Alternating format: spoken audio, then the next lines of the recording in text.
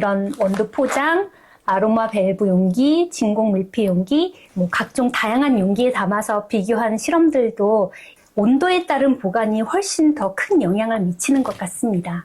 왠지 다른 음식들처럼 냉동실에 보관을 하면 더 신선하게 유지될 것 같은 어떤 느낌적인 느낌이 들고 절대 금물입니다. 그래서 제가 추천드리고 싶은 방법은요. 안녕하세요. 오늘은 원두 보관에 대해서 총체적으로 정리해보는 시간을 가져볼까 해요. 이미 많은 분들이 어디에 보관하는 게 나을지, 어떻게 보관하는 게 커피의 향미를 오래 유지할 수 있는지에 대해서 다양하게 실험을 했기 때문에 저는 실험은 따로 하지 않았고요. 그동안 원두 보관을 하면서 느낀 제 경험과 더불어 기존 실험 결과들에 대해서 이야기를 하고 정리해 보려고 합니다. 아마 커피를 좋아하시는 분들이라면 갓볶은 커피는 안에 가스가 가득 차 있는 상태이기 때문에 디게싱을 통해 맛이 더 좋아진다는 것을 아실 거예요. 이 원리를 간단히 설명해 드리면 커피 생도에 열이 가해지고 로스팅이 되면서 원래 녹색을 띠고 있는 그린빈 상태에서 점점 노랗게 변하고 우리가 아는 브라운 색상으로 변화가 되는데요. 이때 마이야르 반응, 캐러멜화 등의 화학 반응을 일으키게 됩니다.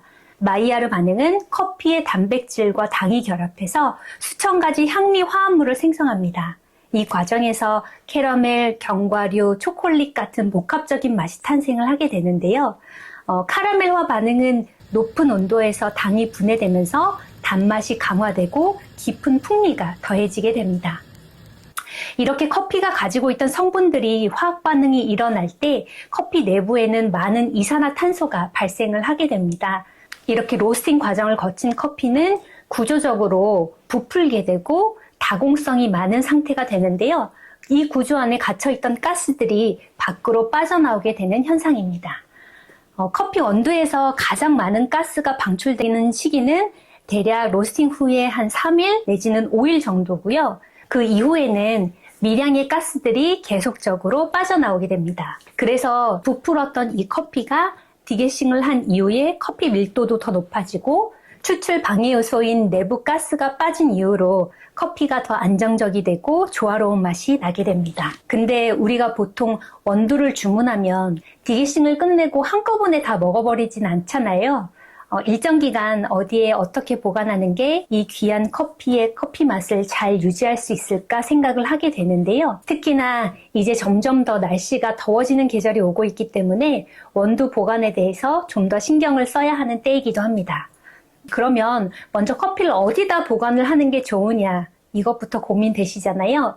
이런 원두 포장, 아로마 밸브 용기, 진공 밀폐 용기, 각종 다양한 용기에 담아서 비교한 실험들도 이미 다른 분들이 하셨기 때문에 그 결과를 참고해서 말씀을 드리면 이렇게 원웨이 밸브가 있는 포장 상태 그대로 3, 4주까지 보관해서 드시는 것도 엄청나게 큰 맛의 차이가 생기진 않기 때문에 괜찮다.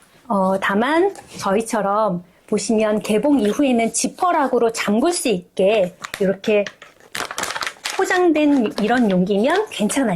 근데 이 포장 용기를 받으셔서 굳이 여기를 가위로 잘라내시고 사용하시는 분들이 있어요. 그러면 보통 저희가 위에는 이제 실링을 해서 나가요. 그리고 이 지퍼락을 통해서만 원두를 꺼낼 수 있게 돼 있는데 여기를 잘라내시면 그러면은 이 지퍼락이 그냥 소용이 없어지거든요. 이렇게 그냥 열려버리니까. 근데 굳이 그거를 잘라내시고 이렇게 또 집게로 찝어서 이렇게 사용하시는 분들도 간혹 계시는데 그러지 마시고 여기 중간에 보시면 이렇게 싹 뜯어낼 수 있어요. 그래서 원두를 꺼내고 난 이후에는 이렇게 지퍼락으로 잠글 수 있게끔 되어 있습니다. 저희 온라인에서 주문을 하시면 다 이런 포장재로 출고가 되기 때문에 이때로 사용하시는 것도 크게 맛의 차이는 없다. 만약에 이렇게 지퍼로 되어 있는 게 없다 하시면 밀폐 용기에 보관하시는 것을 추천드립니다. 아무래도 원두가 산소에 노출이 될수록 산패가 이루어지게 되고 그러면 맛이 안 좋아질 확률이 높습니다. 그리고 많은 커피 매니아라면 하나씩 구비하고 계실 이런 프리파라 진공 용기도 어쨌든 매일 원두를 꺼내고 하다 보면 산소와 접촉을 하게 되기 때문에 그게 한 달 이전까지는 크게 차이가 없지만 보관 시간이 길어질수록 조금씩 향미는 떨어지게 된다. 그 외의 밀폐 용기도 마찬가지인 것 같습니다. 그래서 저희는 원두를 막 한꺼번에 많이 집에 갖다 놓고 먹지는 않아요. 어쩌다 한 번씩 이제 조금 하나에 꽂힐 때가 있어요. 그러면 여러 개를 놓고 먹다가 집중적으로 하나를 먹다 보면 다른 걸 좀 소홀하게 되잖아요. 그러면은 보관이 뭐 한 달 가까이 될 때도 있고, 그러면 저희는 요거를 써요. 요게 이제 산소 흡수제인데요. 여기 보시면 여기 안에도 들었는데, 원두 안에 이렇게 산소 흡수제를 넣어서 보관을 하면 요게 산소를 흡수하면서 점점 더 딱딱해지거든요. 그러면은 그 이후에 다시 교체를 해주면 된다고 합니다.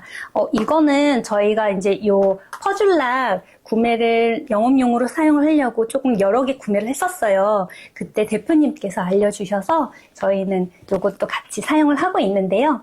어쨌든 밀폐 용기 종류에 따른 큰 차이는 없지만 분명한 건 보관 시간이 한 달 이상 되면 그때부터는 향미가 떨어질 수 있다. 물론 저의 경험상 약배전 로스팅 원두의 경우에는요, 거의 2달 동안 이렇게 그냥 포장지 상태로 두었다가 먹었는데 처음 먹었을 때보다 훨씬 부드럽고 더 좋은 인상을 남긴 커피도 있었어요. 그래서 그거는 커피마다 조금씩 차이는 있을 수 있다. 원두의 로스팅이나 종류에 따라서 시기는 다를 수 있지만 어쨌든 보관이 길어지면 일정 기간 이상은 향미가 떨어지면서 맛이 밋밋해지거나 산패로 인한 안 좋은 맛들이 나타날 수 있다. 네. 그리고 오히려 원두 보관 용기 종류의 차이보다 온도에 따른 보관이 훨씬 더 큰 영향을 미치는 것 같습니다.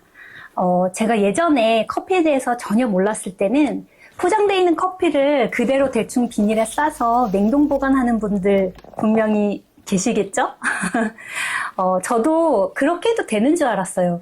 왠지 다른 음식들처럼 냉동실에 보관을 하면 더 신선하게 유지될 것 같은 어떤 느낌적인 느낌이 들고 물론 냉동 보관을 하면 안 되는 건 아니에요. 근데 우리가 흔히 가정에서 사용하는 냉동고는 거의 음식 창고에 가깝잖아요. 그러다 보니까 완벽하게 밀봉되거나 진공 상태가 아니면 냉장이나 냉동실 안에 고여있는 냄새를 커피가 싹 빨아들이는 대참사가 일어나게 됩니다. 저는 사실 얼음도 냉동실에 잘 보관을 안 해요. 얼음에서도 약간 냉동실 맛이 느껴질 때가 있어서 그냥 얼음은 바로 직접 뽑아서 먹거나 아니면 얼음을 그때그때 이제 사서 먹거나 하거든요. 상온, 냉장, 냉동 보관에 대해서도 이야기를 한번 해볼게요.